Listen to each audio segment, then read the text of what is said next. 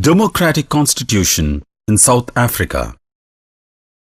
In this chapter, we will discuss the prospects of the constitutional design of India and how it came into existence. The leaders, the inspiration and the ideas behind the constitutional design have been discussed herein. In a democracy, there are certain basic rules that the citizens and the government have to follow. All such rules together are called constitution. It determines the rights of citizens, the powers of the government, and how the government should function.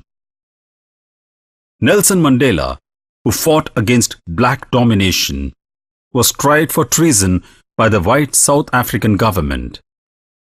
He and 7 other leaders were sentenced to life imprisonment in 1964 for daring to oppose the apartheid regime in his country. Apartheid was the name of a system of racial discrimination unique to South Africa, imposed by the white Europeans when the trading companies from Europe occupied it with arms and force during the 17th and 18th centuries, like India. Apartheid divided the people and labeled them on the basis of their skin color. The native population of South Africa were called blacks, and the people of mixed races who were called colored, and people who migrated from India. The white rulers treated all non-whites as inferiors. The non-whites did not have voting rights. The apartheid system was particularly oppressive for the blacks. They were forbidden from public places. This was called segregation. They could not even visit the churches where the whites worshipped. Blacks could not form associations or protest against the terrible treatment.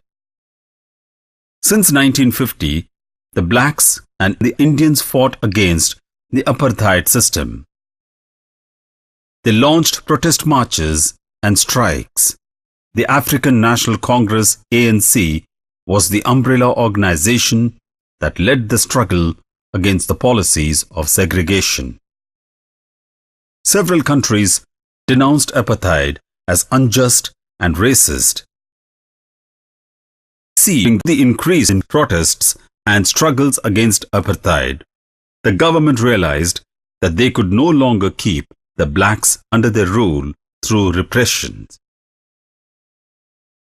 Discriminatory laws were repealed, ban on political parties and restrictions on the media were lifted. After 28 years of imprisonment, Nelson Mandela walked out of the jail as a free man. Finally, at the midnight of 26 April 1994, the new national flag of the Republic of South Africa was unfurled, marking the newly born democracy in the world. The party that ruled through oppression and brutal killings and the party that led the freedom struggle sat together to draw up a common constitution.